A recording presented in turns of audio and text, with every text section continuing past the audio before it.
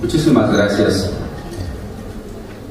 El suscrito diputado J. Jesús Rangel de Lira, representante del Partido del Trabajo en esta 62 legislatura del Congreso del Estado, y con fundamento en lo dispuesto por los artículos 27, fracción primera y 30 de la Constitución Política del Estado Libre y Soberano de Aguascalientes, así como del artículo 15, fracción tercera de la Ley Orgánica del Poder Legislativo del Estado de Aguascalientes, someto a la consideración de esta honorable Asamblea la siguiente proposición con punto de acuerdo, por la cual se realice un exhorto al Legislativo Federal para que a través de la Comisión Nacional de los Salarios Mínimos se implemente un único salario mínimo general en todo el territorio nacional y para que los salarios mínimos se fijen en función de los incrementos de productividad y al índice de precios al consumidor del año inmediato anterior al tenor de la siguiente exposición de motivos.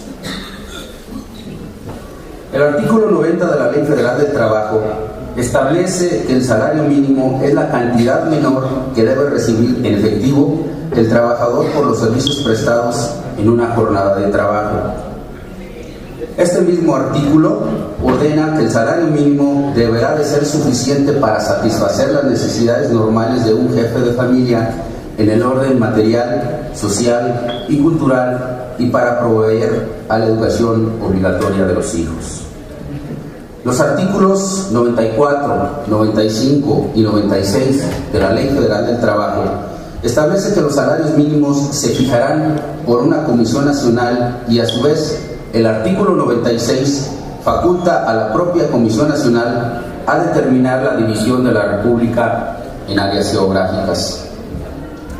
En 2012, la Comisión Nacional de Salarios Mínimos realizó una reclasificación de las áreas geográficas. Se eliminó la zona B, reubicando las entidades federativas y municipios en la zona A.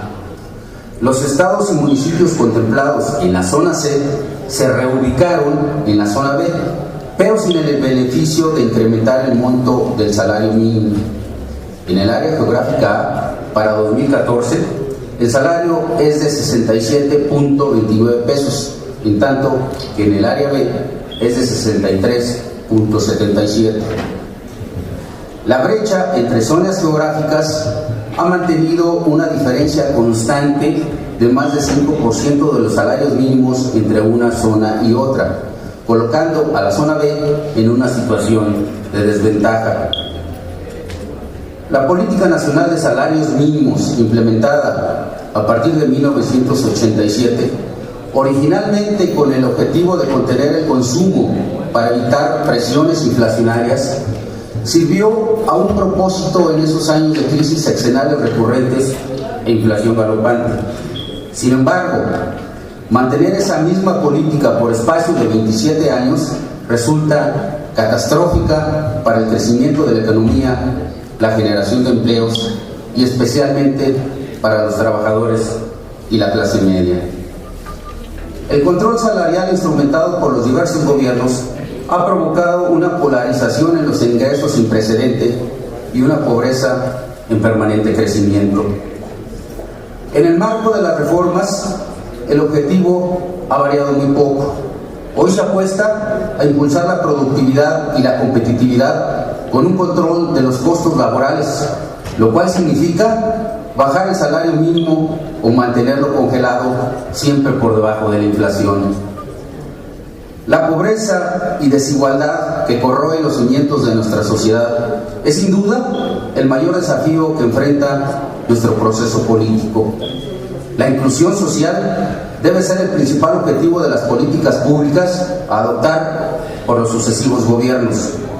Es responsabilidad de todos crear condiciones de vida para propiciar una mayor igualdad de oportunidades en educación, salud, vivienda, empleo, ingresos, alimentación, entre otros.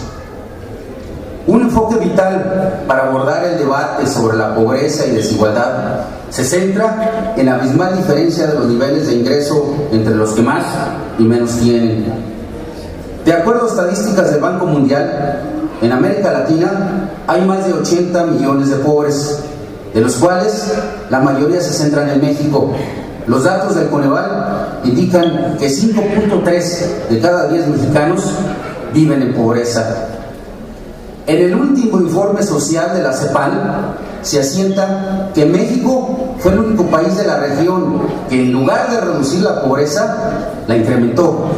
Brasil la redujo el 18%, Argentina 20%, Colombia el 32%, Perú el 25% y Chile al 11%.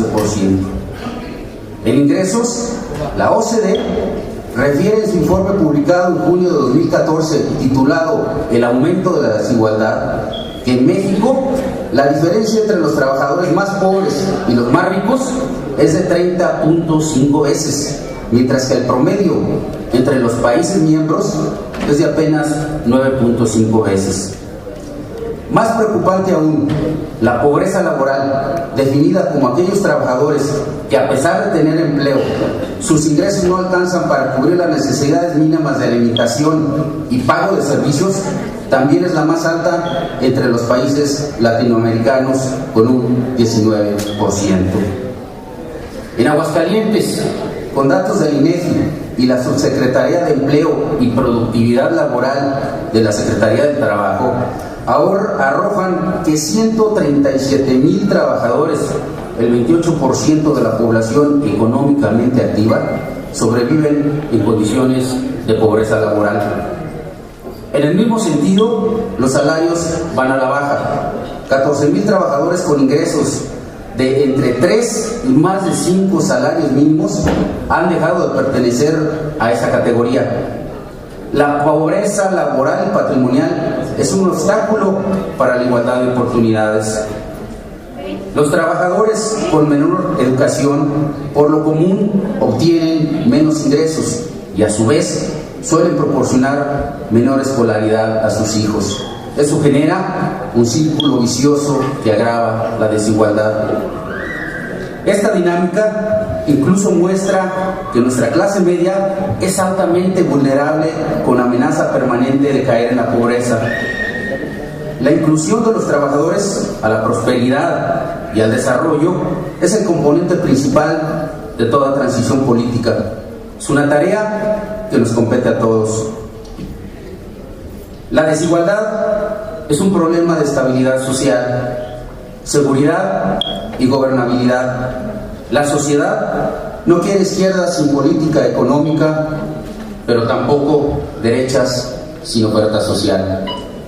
Los unos no podemos dedicarnos a repartir sin producir, pero los otros tampoco deben impulsar la producción sin repartir. Independientemente de las zonas geográficas, es importante subrayar que el establecer anualmente el valor de los salarios no se consideran componentes como la productividad de las empresas y tampoco el índice nacional de precios al consumidor. Solamente se considera la meta inflacionaria del Banco de México y la Secretaría de Hacienda.